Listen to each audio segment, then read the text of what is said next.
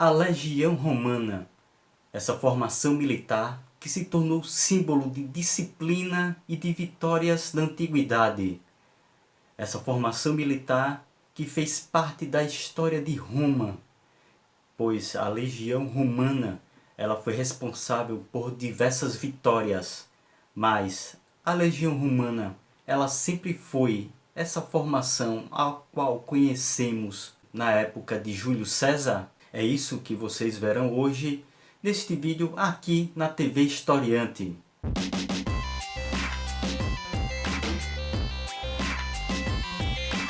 E antes de continuarmos aqui com esse vídeo, vamos para aqueles recadinhos de sempre, que é dar like nesse vídeo, compartilhar com seus amigos, seguir aqui a TV Historiante e não esquecer de sinalizar as notificações para ficar por dentro de todas as novidades que são postadas aqui na TV Historiante, como esse vídeo sobre a Legião Romana. Mas vamos lembrar que no início os exércitos de Roma eles eram similares aos hoplitas da Grécia, ou seja, aquelas formações compactas de lanceiros que se protegiam com escudos. Os hoplitas eles acabaram se desenvolvendo a partir do momento em que Roma necessitava se expandir e que também começavam a ocorrer derrotas para outros inimigos.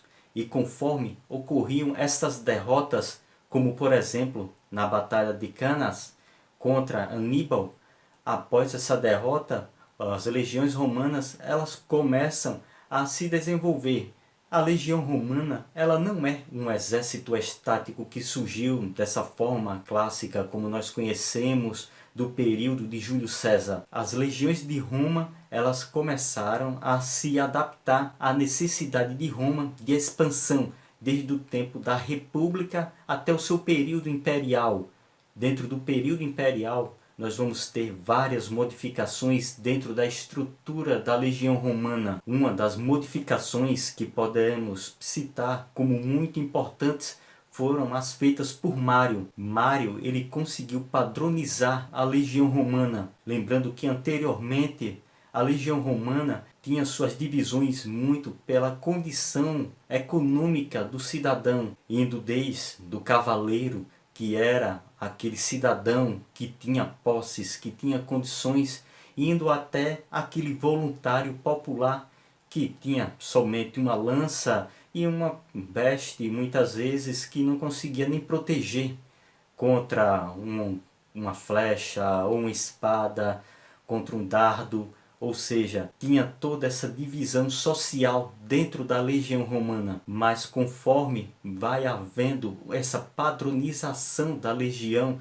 ela começa a ser aquela estrutura a qual nós conhecemos, que é aquela estrutura clássica de um exército disciplinar, que se utiliza do mesmo armamento, das mesmas armaduras, do mesmo tipo de escudo. Ou seja, começa a haver uma padronização a partir do momento em que Roma necessita se expandir ainda mais. E essa reforma de Mário foi muito importante para dar essa estrutura unificada dentro da Legião Romana. Lembrando também que durante o governo de Augusto nós temos outras reformas dentro da Legião Romana, como por exemplo o estabelecimento de um período fixo de serviço dentro da Legião Romana, que era de 20 anos. E lembrando também que a Legião Romana ela tem uma divisão hierárquica muito rígida. Isso dava também um maior controle disciplinar dentro da Legião Romana, que tinha a divisão hierárquica da seguinte forma: o tribuno, que era o oficial superior, o centurião comandava a centúria de 80 homens.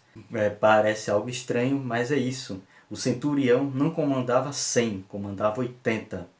Tínhamos o primus pilus, que era o centurião mais elevado. O armorum custos, o soldado a cargo das armas e equipamentos. Era tipo um soldado que servia tanto para cuidar das armas, como cuidar dos outros equipamentos, como a armadura, o elmo, o escudo. Tínhamos também o legatus legionis, que era o comandante da legião.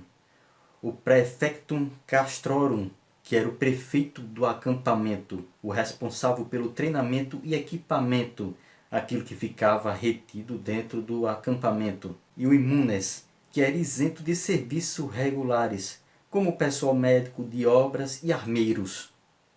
Tudo isso aí estava dentro da legião romana, ou seja, temos dentro dessa estrutura da legião de Roma uma grande estrutura tanto hierárquica como também uma estrutura que dividia os serviços dentro desta legião.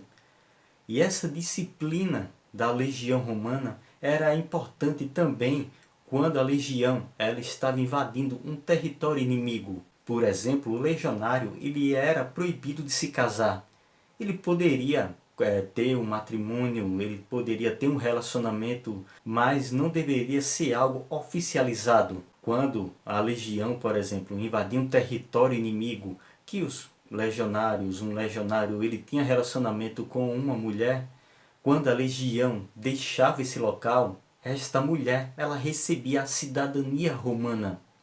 E outro detalhe importante nestas invasões de Roma é que os comandantes das legiões eles tentavam evitar ao máximo os saques, a violência dos legionários contra a população daquele local. Era algo tanto para manter uma disciplina desta legião, como também para evitar um levante daquela população que se sentisse ameaçada, estivesse perdendo alimentos para aquele exército invasor. Ou seja, era estratégia da própria legião de invadir aquele território e tentar evitar ao máximo o levante popular daquele local. E falando de disciplina, o exército romano, essa legião romana, ela passava por uma série de treinamentos. O legionário, por exemplo, ele recebia treinamentos em natação, prática com armas. Há também até um dizer que os soldados legionários eles eram as chamadas mulas de Mário, porque eles levavam uma carga de 30 quilos, que tinha nessa carga de 30 quilos tanto o próprio equipamento que ele poderia utilizar em combate, como a ração, os alimentos, que sempre era para um período de aproximadamente 15, 16 dias, para que o exército ele pudesse deslocar-se por um período muito grande sem precisar dos soldados pararem para conseguir alimentos, conseguir se abastecer.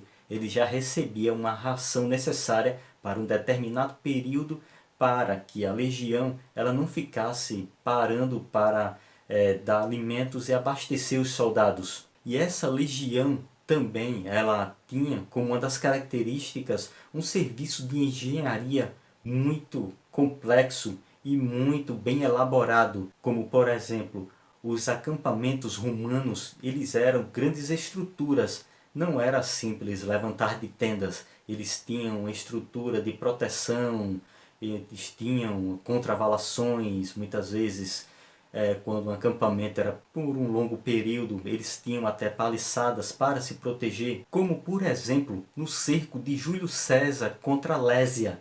Esse cerco, a legião romana, ela além de fazer um acampamento e se proteger contra uma surtida que pudesse ocorrer da cidade de Alésia, ela também foi preparada com contravalações, com estrutura para evitar o resgate da cidade pelo exército que estava se aproximando para socorrer a Alésia e levantar o cerco da legião romana de César contra a cidade. E o próprio soldado romano, o próprio legionário, ele também tinha uma série de equipamentos característicos para o legionário, como tinha a lança e tinha o pilo. A lança, por exemplo, ele servia, por exemplo, para sustentar uma determinada posição ou até servir como arma de arremesso. Já o pilo, que era uma lança muito mais fina, muito mais comprida, ela poderia servir tanto para perfurar uma armadura, como também para penetrar um escudo inimigo e causar um contrapeso, fazendo com que o inimigo soltasse o escudo. O legionário ele tinha também como armas o punhal, ele tinha a espada, e ele também tinha como proteção, além do escudo, a lorica, que era a armadura que ele utilizava, que era também conhecida como lorica segmentata, porque eram segmentos de placas de metal, e tinha também como proteção o elmo, que tinha vários tipos de elmo. E o elmo mais característico, que nós conhecemos muito nos livros de história, é o elmo do tipo galês, que é esses que vocês estão vendo aí na imagem. Outra característica também do legionário romano era a sua sandália, a caliga, que ela tinha cravos no seu solado para durar por muito mais tempo, já que um soldado romano, um legionário, ele poderia marchar por até 30 quilômetros em um dia.